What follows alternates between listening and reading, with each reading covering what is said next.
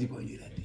تو اس لیے اس دنیا کے مال کی حرص مت دل میں رکھیے، اور یہ تڑپ دل میں مت رکھیے کہ بہت امیر ہو جاؤں گا تو بڑا نام ہو جائے گا. کچھ بھی نہیں ہوگا، کچھ بھی نہیں ہوگا. قارون سے بڑا اس دنیا میں کوئی مالدار کوئی نہیں ہوا ہے.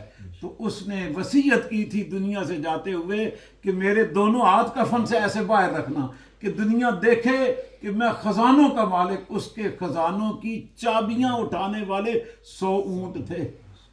اس کے خزانے کی چابیاں اٹھاتے تھے 100 اونٹ چابیاں اٹھاتے تھے. خزانہ کتنا بڑا ہوگا تصور ہی نہیں کیا جا سکتا. کہ اس نے حضرت موسیٰ علیہ السلام سے ایک گر سیکھا تھا کہ وہ ایک کلمات تھے چند، پڑھ کے پھونکتا، جس شے پہ پھونک مارتا وہ سونا بن جاتا. اب جس کے پاس یہ گر آ جائے تو اس نے پھر اور کرنا کیا ہے؟ وہ تو مٹی کے ڈھیلے رکھ کے پھونک مارتا، سونا بن جاتا. تو اس کے پاس اتنا مال اتنا مال اتنا مال تھا، لیکن جاتے ہوئے بالکل خالی ہاتھ گیا ہے، اپنے ساتھ کچھ بھی نہیں لے کے جا سکا ہے.